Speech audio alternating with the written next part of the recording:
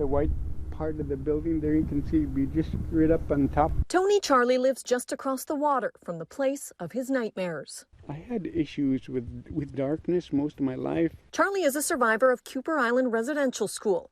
Known as Canada's Alcatraz, Indigenous children were trapped there, forced to endure horrific physical and sexual abuse.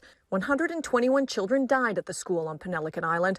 Charlie says the grounds are currently being scanned by a team of researchers and more remains have already been found. I know they will find some bodies, but I know they've found about 28 unmarked graves so far. Charlie was 15 when he first arrived at Kuper.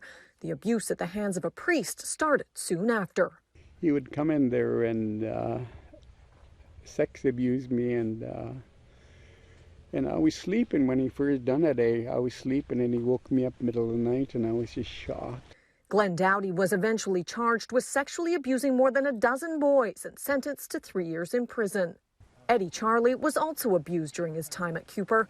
The memories, decades later, still haunting. I got raped so many times, and every time I look up and when I'm laying down in bed, I see that priest's face smiling down at me, and I feel angry.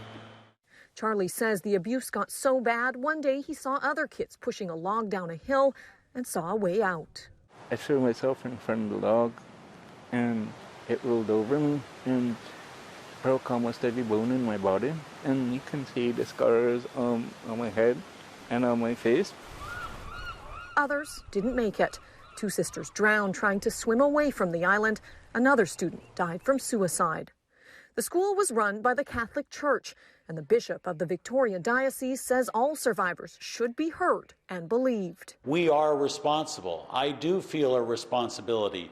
I feel a responsibility to the individuals and the families. Gordon says he's made many personal apologies for the incredible harms done, and he urges anyone still defending the church or doubting survivors to stop. Take off your rose-colored glasses, get to know an Indigenous person and listen to the stories. Tony Charlie has put his story on paper with plans to publish it this fall. I will continue to share my story so people will understand us. Understanding, that's all so many survivors like Tony and EDDY Charlie are asking for, so they can begin their own long journey toward healing.